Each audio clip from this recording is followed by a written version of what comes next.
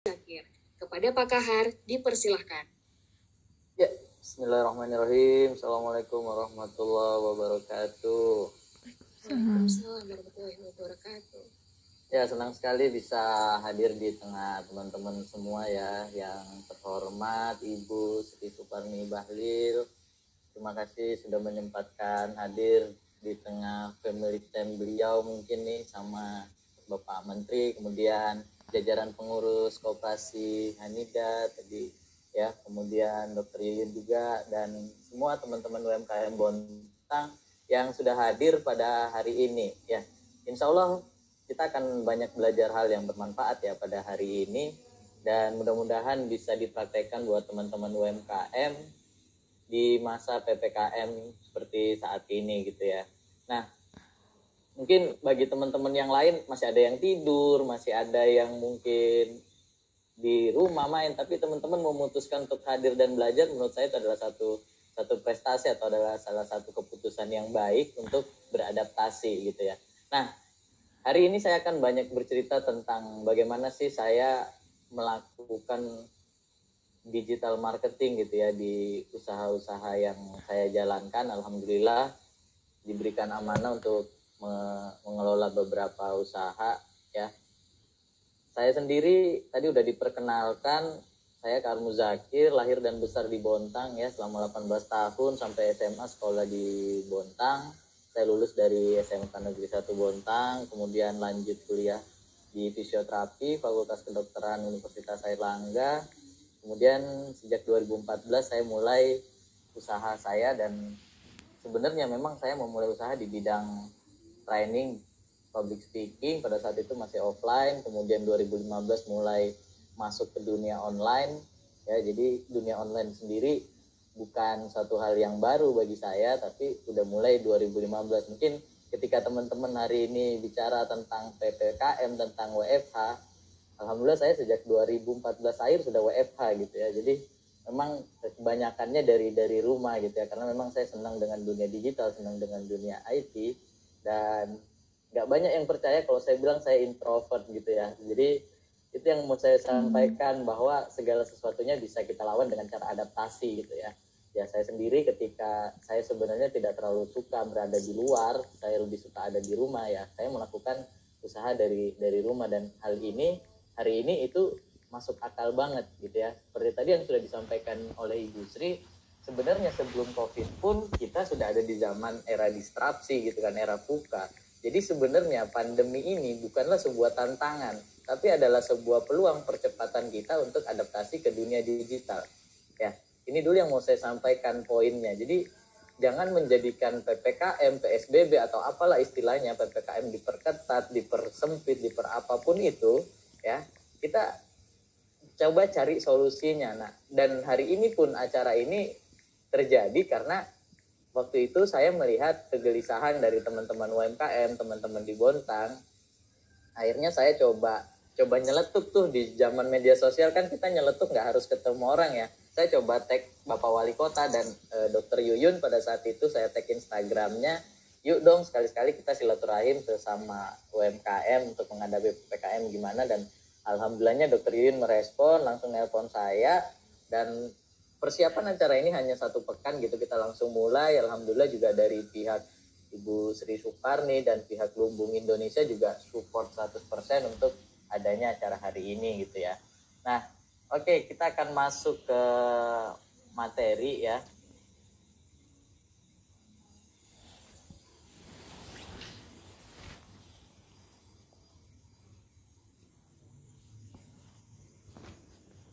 Nah, teman-teman semua, PPKM versus UMKM, bener nggak sih kita bagi UMKM tuh terkadang dianggap sebagai apa ya, ada yang mendiksikan sebagai kita nih UMKM kayak berseberangan kebijakan dengan pemerintah atau dengan kebijakan PPKM. Padahal sebenarnya yang saya lihat kita bisa mencari solusi bersama, dalam arti seperti ini. Pemerintah bisa menggandeng UMKM untuk memberikan pelatihan-pelatihan yang kita adakan seperti ini. Makanya ketika itu ada yang menjawab postingan Instagram saya, Kak ikut bersuara juga emang mau demo atau apa? Saya bilang saya nggak hadir bersuara untuk demo, tapi saya hadir bersuara untuk memberikan solusi. Jadi ketika ada masalah, sebisa mungkin kita sebagai anak muda gitu ya memberikan solusi dengan apa yang kita punya gitu kan, supaya lebih bermanfaat lagi. Nah sebenarnya PPKM ini menurut saya tadi ya, ini adalah masa adaptasi. Jadi ketika tahun lalu dimulainya lockdown ya, itu saya sudah berpikir bahwa oh ya, ini adalah peluang. Kenapa? Karena setiap adanya PSBB, ada PPKM dan lain sebagainya, itu adalah peluang buat teman-teman yang masih baru memulai bisnis untuk memulai bersamaan dengan yang lama-lama lagi. Maksudnya seperti apa? Maksudnya adalah ketika kita lockdown, ketika kita PPKM, ini semua bisnis pasti akan berdampak. Hanya saja bedanya bagaimana seorang pebisnis merespon. Ada yang merespon dengan cepat, ada yang merespon dengan mengeluh gitu kan. Nah, seperti itu. Jadi saya bilang ini adalah peluang untuk kita adaptasi ya. Nah, era digital adaptasi atau mati. Tadi sempat disinggung sama Dr. Yuyun. Kita dulu tahu hewan yang sangat besar namanya dinosaurus, tapi pada akhirnya mati juga gitu kan.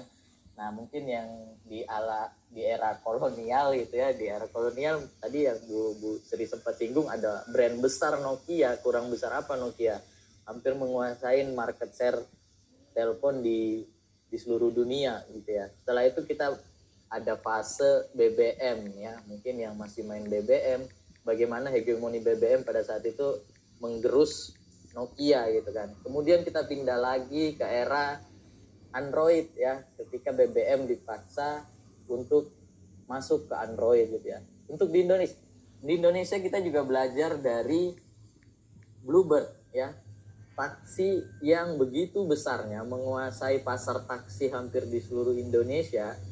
Apakah mereka jelek? Tidak, mereka baik-baik saja. Hanya saja mereka kalah sama pendatang baru yang lebih beradaptasi ke teknologi. Ya, mereka kalah dengan satu adaptasi baru yang namanya Gojek, yang membuat ramping proses memesan ojek pengkolan lewat aplikasi. Ya, dan pada akhirnya, alhamdulillahnya Bluebird pun mawas diri ketika mereka sudah tahu mereka kalah. Akhirnya salah satunya cara adalah kolaborasi gitu ya. Nah ini yang kita gaungkan juga hari ini. Ketika teman-teman tidak bisa melakukan semua hal, coba fokus ke satu hal. Ya, sekali lagi saya ulangin, ketika teman-teman tidak bisa melakukan semua hal, jangan berhenti, tapi coba lakukan satu hal. Yang lainnya seperti apa? Yang lainnya adalah kolaborasi. Misal tadi yang Dr. Yuyun sempat jelaskan, teman-teman gaptek, teman-teman gak bikin konten, coba cari tetangganya atau adik-adik yang masih SMA yang sudah terbiasa megang laptop, yang sudah terbiasa bikin desain. Nah, tinggal diajak kerjasama aja. Ya, sorry Mas Admin, mungkin boleh di mute ya. Ada yang suaranya kerincing piring nih sepertinya. Sebelum saya lanjutkan, nah hari ini kita akan belajar kenapa sih kita harus shifting atau harus adaptasi ke dunia digital dan apa aja yang harus kita lakukan ya. Sebelumnya saya pengen sapa dulu nih teman-teman hari ini. Tadi sudah ada beberapa yang menjawab bagaimana bisnisnya hari ini, apakah turun atau naik atau biasa-biasa aja. Coba boleh dibuka mute-nya nih, dijawab nih sekilas nih teman-teman. Yang mau jawab coba raise hand deh, di situ ada pilihan raise hand, bisa angkat tangan tuh. Ada yang mau jawab nggak? Ada yang mau sharing dulu nggak? Gimana sih dampaknya PPKM selama beberapa hari ini di Bontang?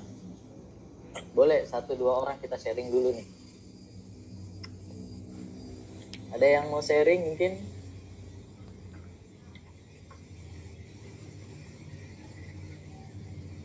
Yang mau sharing silahkan. Ada? Atau mau nyimak dulu?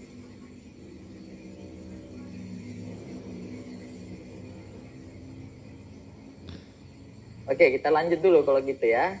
Sepertinya masih pada malu-malu nih ya. Oh ini Dapur Anissa raise hand. Oke, silahkan Dapur Anissa.